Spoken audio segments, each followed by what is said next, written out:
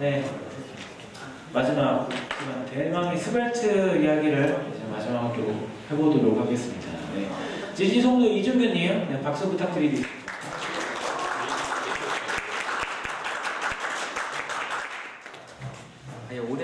올해 들어주셔가지고 감사하고요. 많이 지쳤을 거니까 최대한 빨리 끝내도록 하겠습니다. 이제 좀 스벨트와 관련해서 제가 입문을 하면서 좀 가볍게 준비를 했거든요. 제가 느낀 거 위주로, 경험한 거 위주로. 그러면은 우선 제 소개부터 드리면요. 저는 송도의 작은 스타트업에서 이제 모바일 개발자로 일하고 있습니다. 모바일 관련된 안드로이드나 iOS나 플러터 같은 걸 진행하고 있고요. 이제 플러터 송도 오버나이저 하고 있고, 이제 송도 인공지능 스터디도 이제 몇 년간 진행을 하고 있습니다. 그리고 이것저것 다 하고 있는데, 이제 소개 들어보시면 아시겠지만 제가 웹하고는 관련 없는 삶을 살고 있었습니다. 그럼 어떻게 스벨트를 시도하게 됐는지를 먼저 말씀드리는 게 좋을 것 같은데요. 이제 웹하고 관련 없이 평화롭게 살고 있었는데, 이제 그러다가 챗GPT가 나오게 되었습니다. 챗GPT를 보니까 들은 아이디어 중에 하나가 저는 일반적으로 위키피디아 요거를 좀 읽기 힘들었거든요. 읽기 힘든 위키피디아를 통째로 쉽게 읽히는 블로그를 만들어 보면 어떨까 하는 생각을 하게 되었습니다. 대략 이제 위키피디아에서 쓸만한 문서 보니까 한 500만 개 정도 되더라고요. 그런데 그 긴 문서도 있기 때문에 부제목으로 나누면은 한 2천만 개 나오더라고요. 그럼 그거를 이제 챗GPT한테 괜찮은 블로그를 만들어줘 하면은 괜찮지 않을까 하는 생각을 하게 되었습니다. 그래서 새로운 인공지능 기술이 나왔는데, 그거를 이제 대중이 접근하기 어렵던 위키피디아 내용을 술술 읽히게 만들면 나름 이제 최신 기술로 가지고 인류에 아주 조금은 이바지하는 게 아닌가 하는 사명감으로 프로젝트를 시작하게 되었습니다. 라고 쓰고, 사실은 이제 그 포스팅 하나당 한 달에 100원 정도 번다고 들었거든요. 그럼 수천만 개면은 수십억 아닌가 한 달에, 그 생각으로 이제 지금 생각하면은 말이 안 되는 생각이었는데 이거를 진행을 하게 됐고요. 그래서 아시다시피 제 이력에는 웹이 없기 때문에 프로젝트를 시작할 때 3가지 주요한 목표를 세우게 되었습니다. 첫 번째는 이제 검색 엔진에 노출이 되어야 하기 때문에 만드는 사이트가 라이트하우스라고 하는 구글에서 제공하는 그 검색 엔진이 얼마나 최적화되어 있는지를 알려주는 툴이 있거든요. 여기서 전부 만점을 받아야 된다라는 게 하나가 있었고, 저는 웹 분야의 초보이기 때문에 프레임워크 자체가 굉장히 쉬워야 된다. 두 번째가 있었고, 그리고 이게 사이드 프로젝트다 보니까 많은 시간을 들일 수 없기 때문에 적은 시간에 들여도 빠르게 만들어져야 된다라는 3가지 생각으로 좀 서치를 하게 되었고요. 그래서 이제 찾게 된 것이 스벨트 킷하고 클라우드 플레이어입니다. 요거에 대해서 조금 설명을 드리면은, 스벨트 킷을 선택한 이유는 3가지 정도가 있는데, 먼저 스벨트는 다른 프레임워크하고 좀 다른 게 이제 컴파일 타임 때 최적화된 코드가 생성이 됩니다. 이게 어떤 의미냐면은, 다른 프레임워크 같은 경우에는 개발자가 쓴 코드하고 그리고 라이브러리 2개가 클라이언트 쪽에 다운로드가 되고 실행이 되면서 이제 뷰에 보여지는 그런 방식이라면은, 스벨트는 컴파일 타임 때 개발자가 쓴 코드를 스벨트스럽게 바닐라 자바스크립트로 바꿔주게 됩니다. 그래서 사실 실행되는 거는 바닐라 자바스크립트라고 보시면 되고요. 이런 차이 때문에 이제 2가지 장점이 있는데요. 하나는 사실상 바닐라 자바스크립트로 작동하는 거기 때문에 성능이 굉장히 빠릅니다. 그래서 공식 홈페이지에 보면은 리렌더링 될 때 리액트보다 6배 빠르다고 되어 있고요. 그리고 같은 이유로 이제 다운받아야 되는 용량이 굉장히 작아지게 됩니다.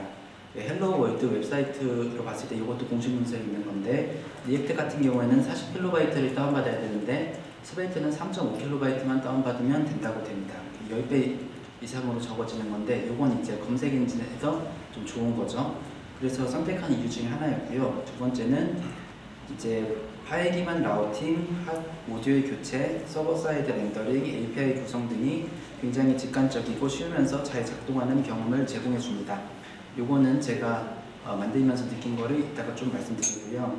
이를 통해서 복잡한 웹 어플리케이션을 쉽게 구축할 수 있고, 프로젝트가 커졌을 때도 굉장히 쉽게 유지 관리할 수 있다는 장점이 있어서 좀 선택을 하게 되었고요.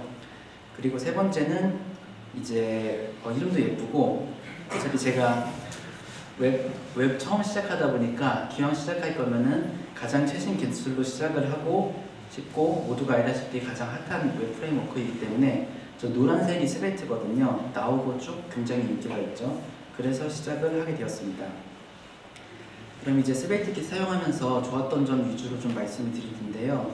이제 나중에 저하고 같은 입장이 되실 수 있는 이런 웹을 시작하시려는 분들께 제가 먼저 경험을 해보고 좋았던 점 위주로 말씀을 드리도록 하겠습니다. 그래서 그런 분들께 좀 도움이 되었으면 좋겠고요. 첫 번째는 요즘 그 프레임워크가 다 그렇듯이 시작하기가 굉장히 쉽습니다. 저 명령어 2개만 치면은 프로젝트도 알아서 만들어지고 저 웹페이지도 올라오기 때문에 그냥 바로 개발을 시작을 하시면 되거든요. 그리고 두 번째로는 이게 얼마 전까지만 해도 CSS 라이브러리 지원이 많이 안 됐는데 지금은 대부분 쉽게 적용을 할 수 있습니다. 저 같은 경우에 타일윈드를 사용을 해가지고 타일윈드를 적용을 하려고 했는데 이 타일윈드 공식 홈페이지에 나와 있는 그 스베이트킷 적용하는 페이지 따라하니까 바로 되더라고요. 그래서 CSS 원하는 거 그리고 사용하시는 거 그대로 적용을 하실 수 있다는 게 저는 좋았던 점이고요. 세 번째로는 이제 클래식하게 HTML로 개발을 할 수 있는 게 굉장히 마음에 들었습니다. JSX 이런 거 안 배워도 되니까 너무 좋았고요. 그냥 HTML 태그 이렇게 헤드 해가지고 바디하고 H1 저런 식으로 그냥 바로 개발을 하면 됐고 또 그러면서도 저기 변수를 선언을 하면은 저게 다 리액티브하게 작동을 하기 때문에 굉장히 직관적이고 쉬웠습니다. 그리고 요거는 이제 제가 또 느꼈던 것 중에 하나인데 저거 HTML 안에서 반복문하고 조건문을 만들 수가 있습니다. 그 제가 아까 전에 블로그 만든다고 했잖아요. 블로그는 구글이 좋아하는 게 소제목, 본문, 소제목, 본문 그런 식으로 돼 있거든요. 그런 식을 저렇게 반복문으로 이제 제이슨 어레이를 가져와 가지고 반복문으로 만들고 그 안에 이제 샵 if 하면은 그 부제목이 있을 때는 보여주고 없을 때는 안 보여주고 뭐 저런 식으로 만드는 거거든요. 보시다시피 굉장히 직관적인데 그래서 개발을 하기가 쉬웠고 이제 관련 블로그 포스팅 뭐 이런 것도 그 목록이 있으면 보여주고 없으면 안 보여주고 할 때도 굉장히 좋았습니다. 그리고 다섯 번째로는 굉장히 라우팅이 직관적입니다. 예를 들면은 저 와일드 카드를 작성을 하고 싶으면 대괄호인 폴더를 그냥 만들면 됩니다. 그러면은 이제 저 page.server.ts에 들어가 보면은 그 슬러그라고 하는 변수가 나오거든요. 그게 이제 뭐 도메인 슬러그 뭐 바나나 하면은 바나나가 나오게 돼서 저거를 이제 DB랑 엮어가지고 컨텐츠를 만들어가지고 보여주면 그는 굉장히 간단한 구조로 되어 있습니다. 그리고 예를 들면 푸드 슬러시 뭐 바나나 그런 식으로 하고 싶으시면은 그 라우터 폴더 안쪽에 푸드라는 폴더를 만들고 그 안에 대괄호로 만들면은 바로 되는 그런 굉장히 직관적인 구조로 되어 있습니다. 그리고 또 하나 장점이 이제 page.server.js 이런 식으로 파일을 만들게 되면은 저거는 클라이언트한테 전혀 보여지지 않는 게 보장이 되어 있는 그런 구조가 굉장히 마음에 들었습니다. 이제 웹 프론트 프레임워크 할 때 이제 API 키라든지 DB 뭐 비밀번호 이런 거 어떻게 보안 신경을 많이 써야 되는데 저기 .server.ts나 js 이런 데다가 만들면은 클라이언트 쪽에 전혀 노출이 안 되기 때문에 그런 거 신경 안 쓰고 만들 수 있었다는 것도 굉장히 저는 좋았고요. 그래서 저 함수에다가 저렇게 리턴 해가지고 오브젝트 형식으로 보내주게 되면은 클라이언트는 딱 저기 export let data라고 하는 저 데이터 오브젝트만 받게 됩니다. 그럼 저기서 이제 변수 꺼내가지고 보여주면 되기 때문에 보안 문제가 전혀 없었고 굉장히 편했다. 그런 것도 이제 장점이었고요. 그러면 이제 스펙트는 이런 식으로 이제 경험을 했었는데 아까 전에 제가 이제 그 김치국을 마시긴 했지만 이제 위키피디아를 블로그로 만드는 거를 생각을 했잖아요. 그러면 이제 검색 엔진에 많이 노출이 돼야 되니까 라이트하우스라고 하는 그 구글에서 제공하는 툴에서 만점을 받아야 되는데 보시게 되면은 다른 이제 액세빌리티나 뭐 베스트 프랙티스나 SEO 같은 경우에는 이제 뭐 태그를 추가하거나 하면은 어렵지 않게 100점을 달성할 수 있습니다. 근데 라이트하우스 중에 어려운 것 중에 하나가 저 퍼포먼스가 콜을 하고 0.15초 이내에 로드가 돼야 되는 그런 조건이 있습니다. 이게 조금 어려운데 한번 생각을 해보면은 빛의 속도로 지구 바퀴를 돌아도 0.15초가 넘습니다. 이 말은 이제 근데 실제 광 케이블은 훨씬 느리죠. 중간에 중계기도 거쳐야 되고 하니까 서버 하나만 가지고는 이 조건을 달성할 수가 없다, 만점을 받을 수가 없다, 그런 게 있었고요. 그럼 이제 생각을 하는 게, 그럼 이제 CDN을 사용하면 되지 않겠느냐, 전 세계 캐싱 서버를 만들어가지고 라고 할 수가 있는데, 이제 돌이켜보면은 제가 만들려고 하는 호스팅은 수천만 개고, 그러면은 그런 거에 정적인 페이지로 제공을 하는 서비스는 없기 때문에 결국 DB에서 콘텐츠를 가져와야 됩니다. 일반적으로 DB는 한 곳이나 한 지역에 있게 되죠. 그러면은 다시 원점으로 돌아와서 콜을 했을 때 0.15초가 넘을 수밖에 없습니다. 어차피 왜냐면 그 CDN에서 받아도 DB에서 가져오려고 그러면은 그 지구상 어디에 있는 곳에서 가져와야 되니까. 그래서 선택한 게 이제 클라우드 플레이어거든요. 클라우드 플레이어 워커 KV는 굉장히 독특한 배포용 DB라고 볼 수가 있습니다. 쓸 수 있는 쿼리가 키 쿼리밖에 없는데, 그럼 이게 어떻게 DB냐라고 할 수가 있는데, 이거의 장점은 이제 DB인데 올리게 되면은 전 세계 수백 곳에 복사본이 복사가 되게 됩니다. 그리고 사용자가 요청을 하면은 가장 가까운 곳에 있는 DB에서 내용을 불러오게 됩니다. 결국 이제 DB의 CDN화라고 볼 수 있고요. 이를 통해서 이제 0.15초 아까 전에 어려웠던 조건 그걸 달성을 할 수가 있고요. 이제 단점으로는 이제 수백 곳에 배포가 되기 때문에 스토리지 비용이 1기가당 0.5달러로 타 클라우드 대비 몇 배 비싸다는 게 좀 단점이었고요. 그리고 이제 클라우드 이미지스라고 하는 것도 있는데, 이건 이제 이미지 호스팅 서버입니다. 역시 이미지를 올리면은 궁극적으로 전 세계 수백 곳에 CDN화가 되어서 가까운 곳에서 가져와서 이제 이미지하고 글이 있어도 0.15초 이내로 되기 때문에 그 라이트하우스 만점을 받을 수가 있습니다. 그리고 이거의 장점 중에 하나는 약 20개의 크기로 미리 커스텀을 할 수가 있는데, 그 차지는 그 이미지 하나로 차지되기 때문에 이게 좀 모바일은 좀 작은 사진 보여주고 이제 PC는 좀 큰 사진 보여주고 그렇게 할 수가 있었습니다. 그리고 이제 클라우드 플레이어가 트래픽 비용 대신 콜당 비용을 받기 때문에 좀 관대하다고 볼 수 있고요. 다만 이제 10만 번당 1달러가 그렇게 싸진 않다, 이렇게 좀 볼 수가 있습니다. 그리고 이제 일반적으로 스웨이트 하면은 벌셀로 많이 배포를 하게 되거든요. 그 이유가 있는데, 스웨이트 개발자가 개인인데 이제 벌셀에서 굉장히 비싼 연봉을 주고 채용을 했습니다.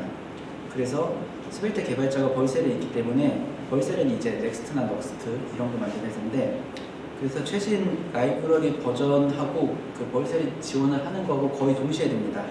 그래서 스웨이트 킷으로 뭔가 이렇게 로컬로 만들었다라고 하면은 아무것도 설정을 건들지 않아도 이제 GitHub랑 벌셀만 이렇게 연결만 시키면은 바로 배포가 되는, 그렇게 굉장히 매끄럽게 된다고 볼 수가 있고요. 다만 벌셀은 이제 소프트웨어 회사지 인프라 회사가 아니기 때문에, 인프라는 빌려서 쓰는 회사거든요. 그래서 이제 벌셀을 선택하지 않았던 이유 중에 하나가 일정 수준의 트래픽이 되었을 때 비용이 폭발적으로 증가하게 됩니다. 1TB에 50만 원 정도라고 볼 수가 있는데, 저는 이제 사이드 프로젝트로 하려고 하는데 50만 원씩 나오면 유지를 할 수가 없겠죠. 그래가지고 이제 요거는 좀 안 하게 되었었고, 그 외에 이제 컴퓨팅 파워들도 전부 다 빌려서 쓰기 때문에 굉장히 비용이 급격히 증가합니다. 그에 비해서 이제 클라우드 플레이어 같은 경우에는 이제 애초에 인프라 회사이기 때문에 모든 종류의 가격이 관대하고 트래픽 비용은 일괄적으로 받지 않습니다. 그렇기 때문에 이그레스비라고 그러죠. 그거를 받지 않기 때문에 굉장히 이제 장점이 있고요. 다만 이제 스웨이트 킷에서 벌셀보다는 지원이 훨씬 더 늦습니다. 그렇기 때문에 스웨이트 킷을 클라우드 플레이어에 연동하려고 하면 지금 인터넷에 나와 있는 걸로 하려고 그러면은 아마 안 될 겁니다. 그게 연동하기 훨씬 까다로워서 그런데, 그럼 이제 클라우드 플레이어에 스웨이트를 어떻게 올릴 수 있느냐라고 하면은, 이제 클라우드 플레이어는 아직 노드 18 버전을 지원을 하지 못하고 있거든요. 그래서 그 프로젝트에다가 .node 버전 파일을 만들고 17.9.1을 적어주시면은 나중에 컴파일될 때 17로 컴파일이 되어서 진행이 됩니다. 최근에 약간 스웨이트에서 클라우드 플레이어 저격했다고 느끼는 게, 최근에 1.0 버전 이상으로 올라갔거든요. 근데 1.0 이상으로 올라가면서 노드 17이 컴파일이 안 되게 바꿔버렸습니다. 그래서 그냥 하면 에러가 나실 거고요. 저기 패키지.json에 저런 식으로 패키지 그 버전을 바꿔주시면은 잘 작동하는 것을 볼 수가 있습니다. 그래서 GitHub에 올리시고 클라우드 플레이어 팀들을 쭉 따라가셔서 깃을 연동하시면은 자동으로 클라우드 플레이어에 배포되는 것을 보실 수가 있습니다. 그리고 이제 제가 이제 챗GPT에서 만들어가지고 블로그에 올린다고 했잖아요. 근데 이런 거 올릴 때 그 레스트풀로 올리게 되거든요. 근데 적절한 패키지가 없어가지고 만약에 있으실지는 모르겠는데 이걸 보고 스베이트를 하고 싶으신 분이 계셨는데 필요하시다 그러면은 제가 짜집기 한 라이브러리인데 저거 사용해 주시면은 감사할 것 같습니다. 저거는 잘 작동을 하거든요. 그렇게 보시면 좋을 것 같고, 그래서 이제 결과적으로는 만점짜리 블로그 사이트 100여 개를 만들어서 매일 이제 10만 개씩 포스팅을 올려서 자동화를 했는데 결론은 어떻게 됐냐면 GPT-4 엔딩이 되었습니다. GPT-4를 써보니까 검색 엔진 안 쓸 것 같더라고요. 검색 엔진을 안 쓰면은 블로그도 소용이 없는 거잖아요. 그래가지고 지금 이제 매일 포스팅하는 걸 2,000개로 줄여가지고 일단은 좀 기다리고 있는 그런 상황이라고 보시면 좋을 것 같습니다. 그래서 내친 김에 이제 인공지능 그림 전시회를 할 텐데요. 이제 AI 예술작품 같이 만들어보는 거 저거 개발 모르셔도 같이 할 수 있으니까 이제 또 굉장히 이제 유능하신 강사분들도 많이 계시거든요. 그래서 같이 이제 3달 정도 하면서 또 진행을 하면 또 좋을 것 같습니다. 이렇게 마무리하도록 하고요. 그리고 아까 전에 보니까 그 질문 수준이 다들 굉장히 높으시더라고요. 저는 초보기 때문에 질문 살살 좀 부탁드리도록 하겠습니다. 감사합니다.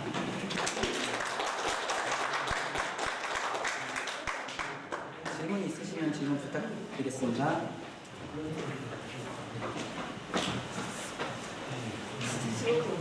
네, 감사히도 질문 없는 걸로 알고 그럼 이제 네, 질문 부탁드리겠습니다. 네, 대단한 질문은 아니고요. 네. 스페트로 구현하신 그 블로그 네네. 이제 그 완성본 그거 나중에 저 카톡방에 올리도록 하겠습니다. 지리지 송도 카톡방에 올리도록 하겠습니다. 감사합니다. 네, 그러면은 여기까지 마무리하고 이제 마지막 행사 그 럭키 드로우 진행하도록 하겠습니다. 감사합니다.